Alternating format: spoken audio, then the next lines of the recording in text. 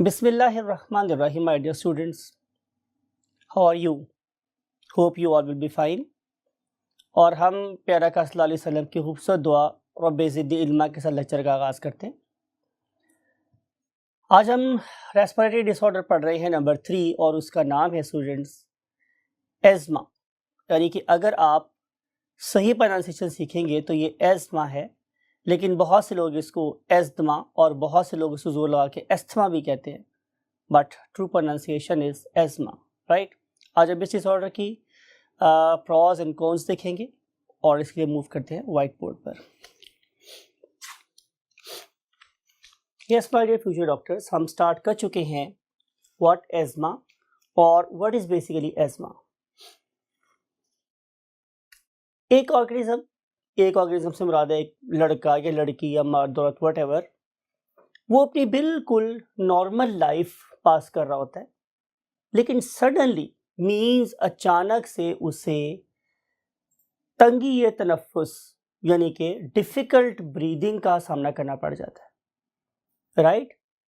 और उसको सांस लेने में इतनी ज़्यादा प्रॉब्लम आती है कि उसकी सांस में से इस तरह की आवाज़ें आना शुरू हो जाती।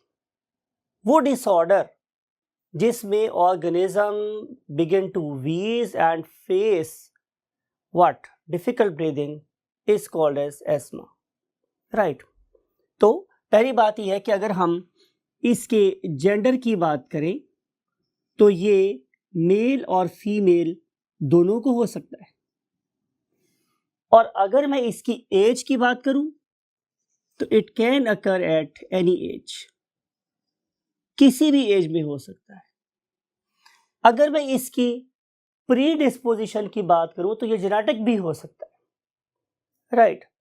और हम अगर इसके ऑनसेट की बात करें कि कब स्टार्ट हो सकता है तो it can start at any time, ये किसी भी वक्त किसी ऑर्गेनिज्म को स्टार्ट हो सकता है, पर्टिकुलरली अगर उस पर्टिकुलर ऑर्गेनिज्म को ये प्रॉब्लम चल रही है।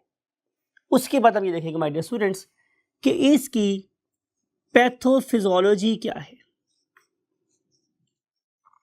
राइट। यानी कि इस नॉर्मल फंक्शन के एबनॉर्मल होने की क्या कॉज है। You know very well, physiology means study of normal function and patho means study of abnormal function.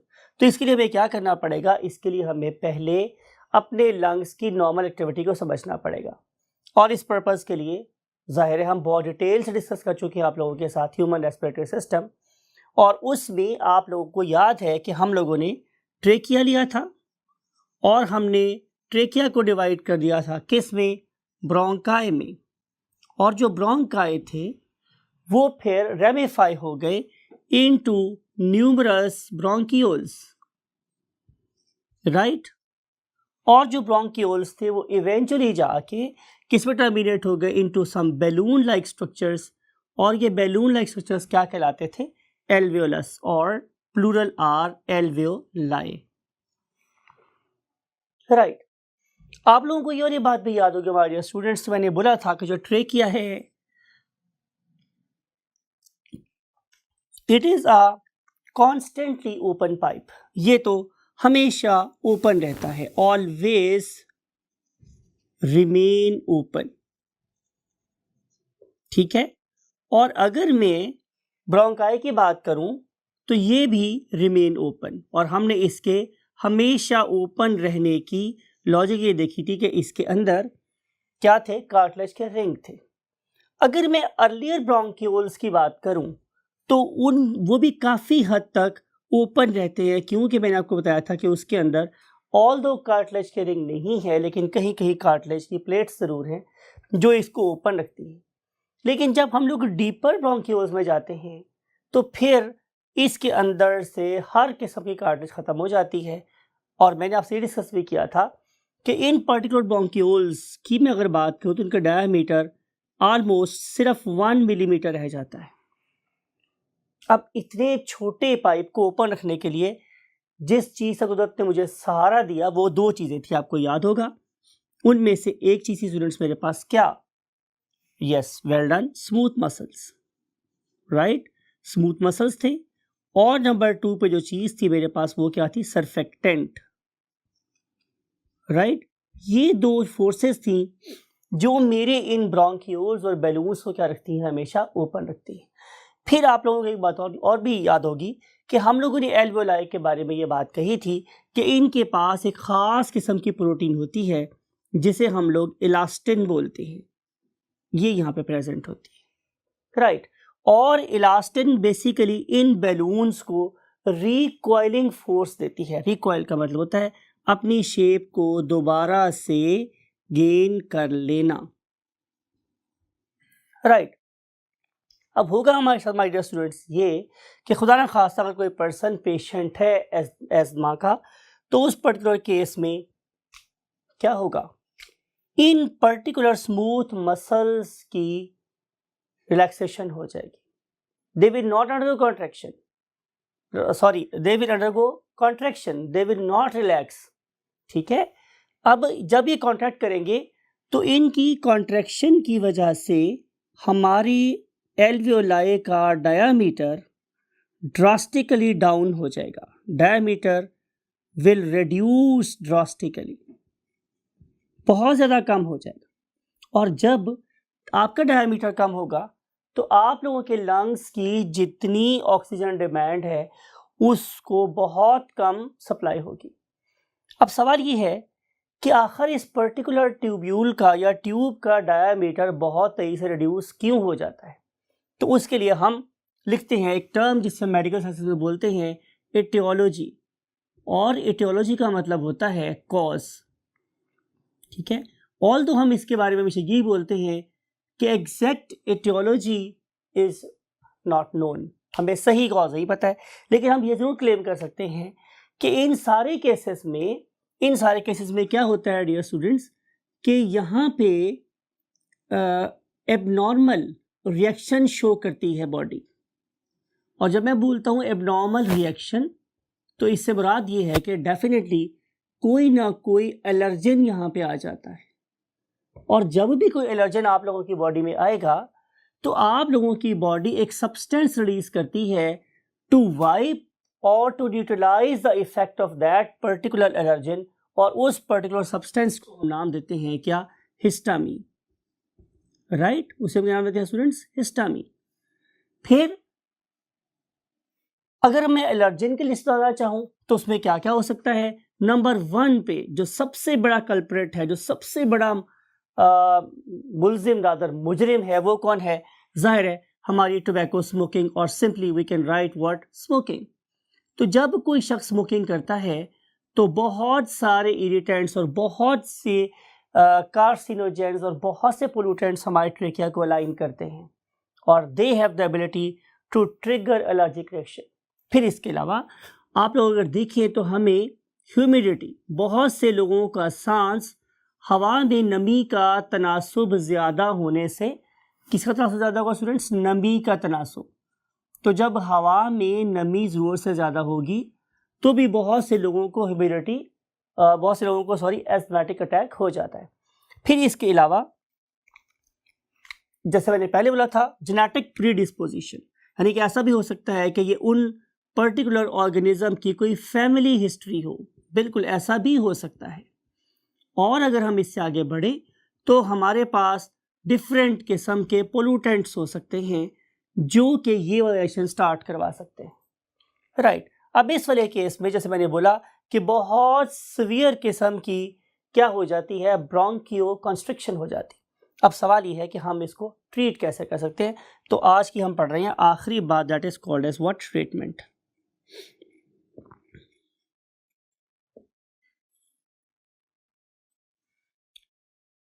You know my dear students कि हमने सबसे पहली बात क्या कही है कि इस ऑर्गेनिज्म को जो सबसे बड़ी प्रॉब्लम ये है कि इस पर्टिकुलर ऑर्गेनिज्म के ब्रोंकियोल्स और ब्रोंकाई का डायमीटर बहुत कम हो गया है ड्यू टू ब्रोंकियल कॉन्स्ट्रिक्शन। तो मुझे सबसे पहले कोई ऐसी मेडिसिन देनी है जो कि क्या करेगी, डेफिनेटली ब्रोंकियो डायलेशन करवाएगी, ब्रोंकियो डायलेशन। और आपको पता है डायलेट का मतलब ये होता है कि हम किसी चीज़ के डायमीटर को खुला कर रहे हैं, बड़ा कर रहे हैं। For example I am not drawing up to the scale कि अगर उस ऑर्गेनिज्म का नॉर्मल साइज था किसका, ब्रोंकियोल का, तो after asthmatic attack it may reduce to this one, और मेडिसिन जब इसकी बॉडी में जाना शुरू होगी तो आहिस्ता आहिस्ता इसका जो डायमीटर है it will regain it's normal size. लेकिन जब तक ये साइज उसको गेन नहीं होगा उसकी बॉडी में से कॉन्स्टेंटली वीजिंग साइज आना शुरू होगी, और प्लस आप देखेंगे कि उसका जो कलर है वो ब्लूश होना शुरू हो गया है, बिकॉज उसकी बॉडी में डिमांडेड अमाउंट ऑफ ऑक्सीजन नहीं जा रही और ऑक्सीहीमोग्लोबिन का बॉन्ड नहीं इस्टेब्लिश हो रहा। फिर इसके अलावा हमें क्या करना है कि हमें सम टाइम जो एंटीहिस्टामीन्स हैं वो देने पड़ते, राइट, एंटीहिस्टामीन देने पड़ते। और आपको ये वाली बात भी पता है कि इन पर्टिकुलर ट्यूब्यूल्स, सारे के सारे ट्यूब्यूल्स के अंदर म्यूकोजल लाइनिंग होती है। म्यूकोजल लाइनिंग हमारी नॉर्मल इनहेल्ड मेडिसिन को अफेक्ट करने से रोकती है। तो अगर हमारा जो इफेक्ट है वो बहुत ज़्यादा स्ट्रांग हो, बहुत सीवियर अटैक हो, तो फिर हम लोग बिल्कुल इंट्रावीनस मींस हम डायरेक्टली ब्लड में भी ब्रोंकियोडायलेटर्स और एंटीहिस्टामीन्स, और अगर इसकी कॉज पीछे कोई बैक्टीरिया हो तो हम डेफिनेटली उसमें कोई ना कोई एंटीबायोटिक भी क्या करेंगे, एडमिनिस्टर करेंगे।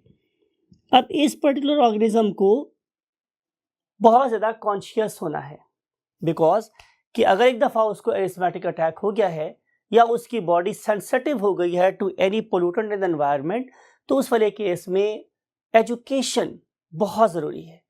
पेरेंट्स को एजुकेट करना बहुत ज़रूरी है, बच्चों को एजुकेट करना बहुत ज़रूरी है, पर्टिकुलरली जो ग्राउंड में खेल रहे हैं कि there may be some pollens, there may be some dust, there may be dust termites, there may be you can say other pollutants you can say liberated by different types of vehicles that may trigger this reaction। तो अगर ये reaction start हो जाता है तो school के teachers को क्या करना है, स्टूडेंट्स को खुद क्या करना है, और इमरजेंसी के लिए अगर किस तरह कॉल करनी है, इसके लिहाज से education is a prime thing, right. उसके लिए एक प्रॉपर एक प्रोटोकॉल है, और ऐसे लोगों को अपने जो इनहेलर्स हैं वो हमेशा अपने साथ रखने चाहिए, ब्रोंकियोडायलेटर साथ रखने चाहिए, और डिफरेंट किस्म के एंटीहिस्टामिन भी साथ रखने चाहिए। और as soon as possible without wasting a time हमें किसी इमरजेंसी जैसे हमारे यहाँ 1112 से कॉल करना चाहिए और अपने पेशेंट को रेस्क्यू करना चाहिए to the hospital as soon as possible, because time is life, right. So that's it. और अब हम इसके बाद स्टडी करेंगे नेक्स्ट टॉपिक, एंड दैट वाली topic is called as emphysema.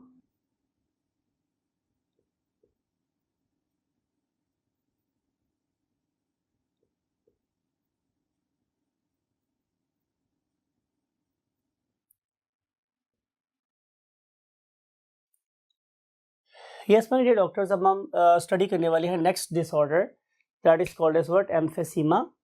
और एम्फीसीमा को अंडरस्टैंड करने के लिए वही बात है कि आप लोगों को अंडरस्टैंड करनी है सबसे पहले क्या, फिजियोलॉजी ऑफ लंग्स। और आपको मैंने भी डिस्कस किया है कि फिजियोलॉजी का मतलब ये है कि हमारे लंग्स नॉर्मली कैसे काम कर रहे हैं। You know study of the normal function is called as physiology, ठीक है। तो मैंने अभी आपसे डिस्कस किया था अभी पिछले वाले टॉपिक में कि हमारे जो ब्रोंक्यूल्स हैं they have got certain special type of what ending, समझ लें उसको मैं आप लोगों के लिए कुछ यूं ड्राइंग कर रहा हूँ, राइट। वैसे तो इसको अंडरस्टैंड करवाने के लिए जो बेस्ट चीज़ आपको होनी चाहिए वो ये है कि आप अपने माइंड में बंच ऑफ ग्रेप्स, एक अंगूर के गुच्छे की आप तस्वीर अपने माइंड में बनाएं, या आप ये समझ लें कि अल्लाह रब्बुल इज़्ज़त ने हमारे लंग्स का जो सरफेस एरिया है वो कैसे इंक्रीज़ किया हुआ है। ये सारी बातें आपसे पहले हो गई हैं, लेकिन चूँकि ये टॉपिक ऐसा है इसलिए दोबारा से इनको कोरिलेट करना है सारी बातों को। कि आपको याद है हमने ये बात कही थी कि अगर ये मेरे पास एक बहुत बड़ा सर्कल हो तो इसके अगर मैं एक्सचेंज ऑफ गैसेस करवाना चाह रहा हूँ फॉर एग्जांपल, तो वो सिर्फ और सिर्फ इस एरिया में पॉसिबल है। लेकिन अगर मैं इस बड़े सर्कल की पार्टीशंस कर दूं समथिंग लाइक इट, कुछ ऐसे कुछ ऐसे ऐसे, तो आपको पता है कि हम इस पर्टिकुलर बड़े बॉल के अंदर बहुत से छोटे छोटे बॉल्स को क्या कर सकते हैं, फिल कर सकते हैं, राइट।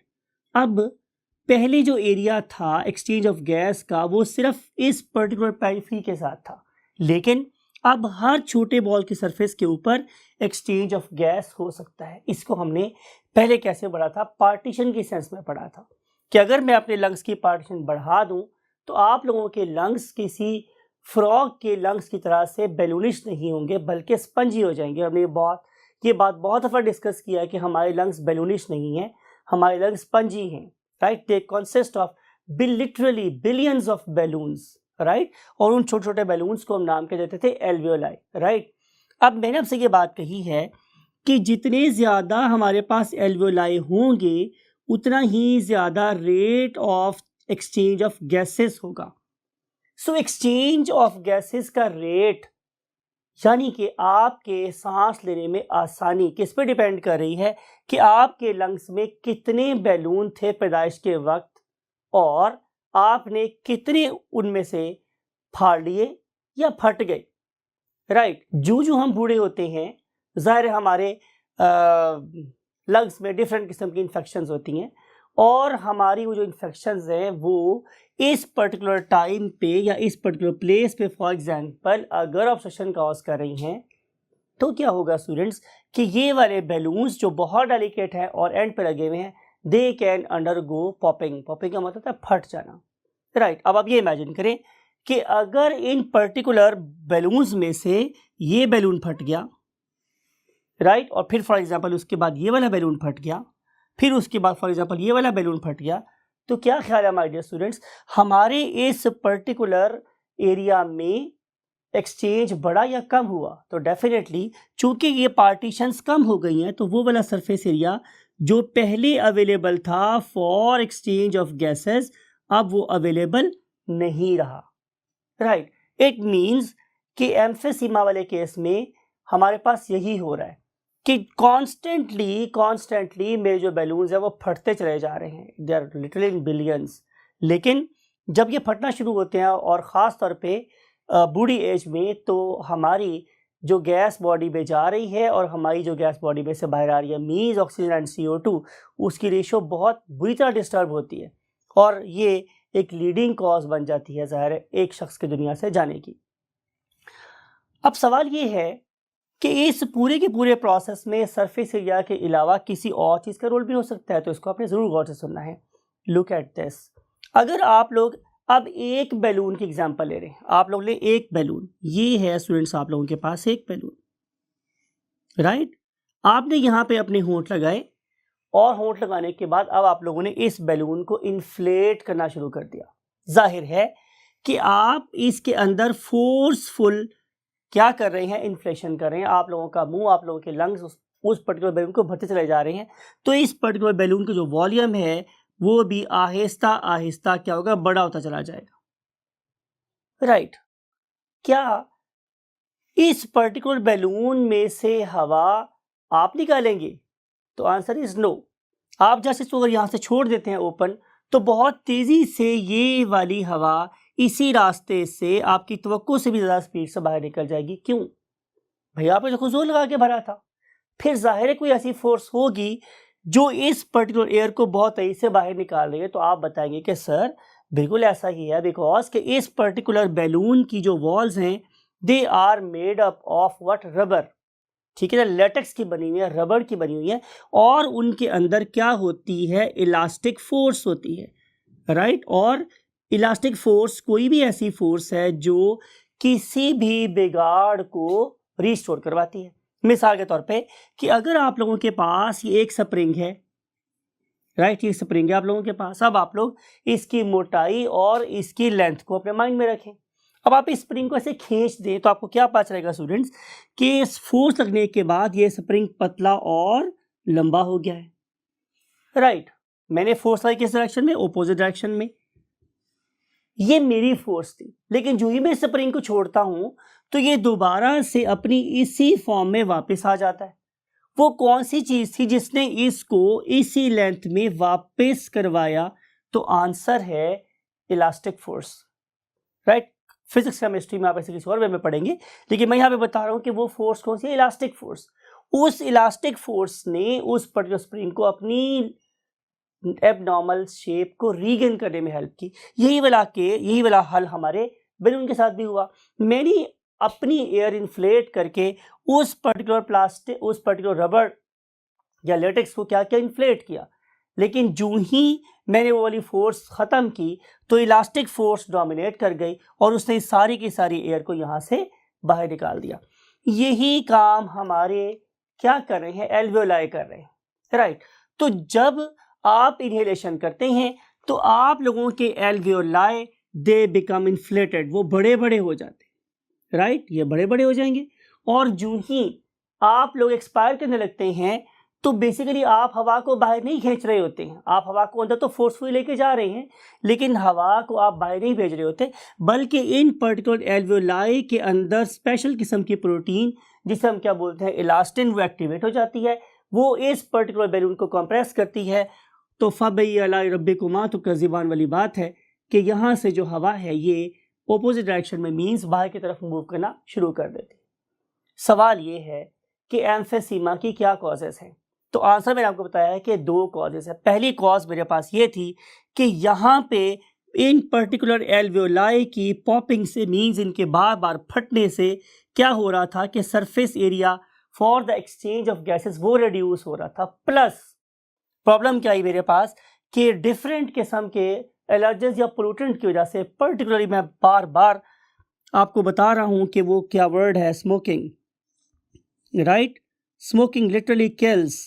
वो लोग जो बोलते हैं कि स्मोकिंग कोई इफेक्ट नहीं होता, they live in fools paradise, right. ये कोई आर्गूमेंट नहीं है कि मैं ये बात करूं कि जनाब वो बंदे सिगरेट पिए वो 100 साल जिया, लेकिन आप ये बात करते हुए आप उन लोगों को भूल जाते हैं जिनको अल्लाह ताला ने 17 वर्ष की ज़िंदगी जी थी और वो 40 वर्ष की उम्र में ही मर गए, right. Wherever we want to being scientist we want to utter a statement, तो हम हमेशा स्टैटिस्टिक्स की बात कर रहे होते हैं, हम प्रॉपर डाटा कलेक्ट करते हैं, प्रॉपर रिसर्च करते हैं और रिसर्च करने के बाद डाटा प्रेजेंट करते हैं। हम लोग ये बात कर रहे हैं कि एम्फीसीमा, लंग कैंसर और ब्रोंकाइटिस, ये जो डिसऑर्डर्स है इनका ताल्लुक हमारे रेस्पिरेशन के साथ है, वो स्मोकर्स में 90% ज़्यादा है as compare to non smoker से।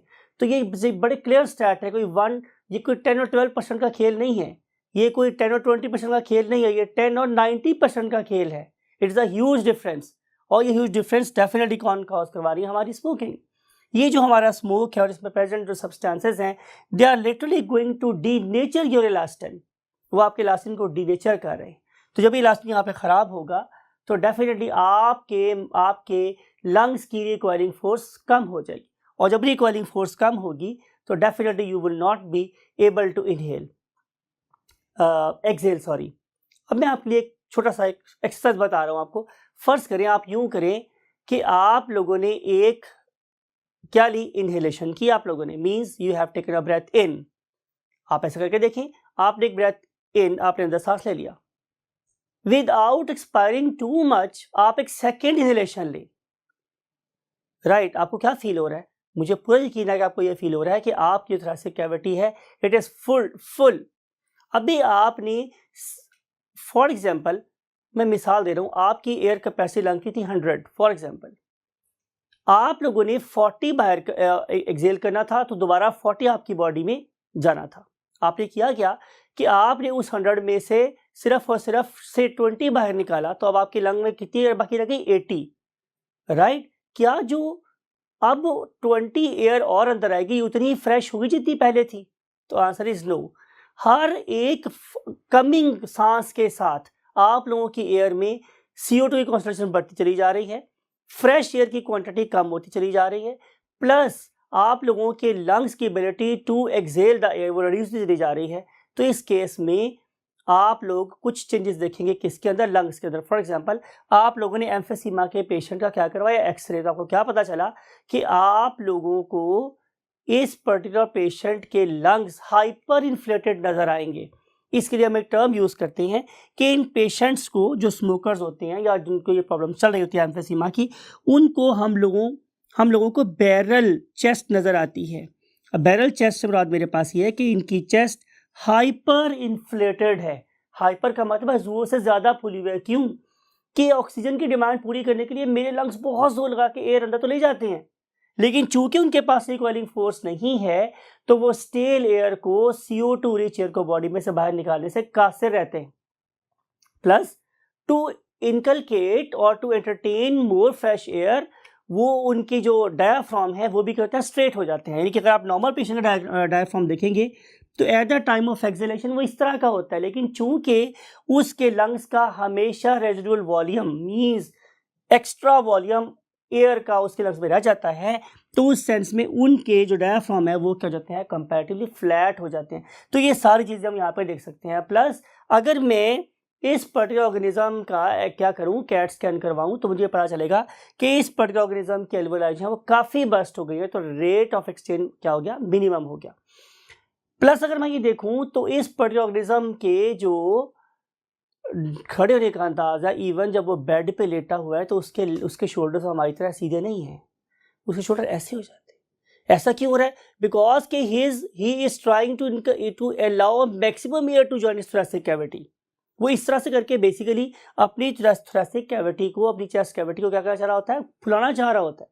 और इस सारे जो कॉजेज हैं उनके पीछे एक ही प्रॉब्लम है।